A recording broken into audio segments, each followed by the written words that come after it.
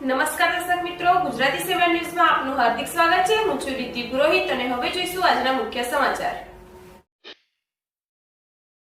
ડભોઈમાં રામ પરિવાર દ્વારા શ્રી રામ જન્મભૂમિ તીર્થ ક્ષેત્ર અયોધ્યાથી શ્રી રામલલ્લા પ્રાણ પ્રતિષ્ઠા આનંદ ઉત્સવ નિમિત્તે ઘર ઘર સંપર્ક અભિયાન અંતર્ગત આવેલા અક્ષત કુંભ કળશ યાત્રાનું આયોજન કરવામાં આવ્યું હતું।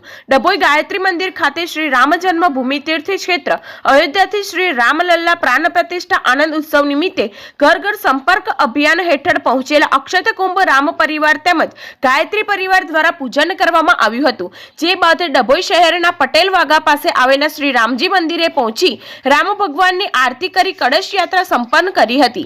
આ પ્રસંગે જિલ્લા પંચાયત ઉપપ્રમુખ વકીલ અશ્વિનભાઈ પટેલ, ડભોઈ નગરપાલિકા પ્રમુખ બિરેન શાહ, એડી જોશી, મિતેશ પંચાલ, ડભોઈ મહિલા મોરચા પ્રમુખ સોનલબેન સોલંકી, હિરેન મહેતા સહિત મોટી સંખ્યામાં રામ પરિવાર તેમજ હિન્દુ ભાઈઓ બહેનો કળશ યાત્રામાં જોડાયા હતા। ગુજરાતી 7 ન્યૂઝ સાથે રિપોર્ટર હુસેન પ્યારજી, ડભોઈ। जय श्री राम। आज रोज अयोध्या थी पूजित अक्षत जे आवेला छे एनी कलश यात्रानुं आयोजन करवामां आवेलुं छे।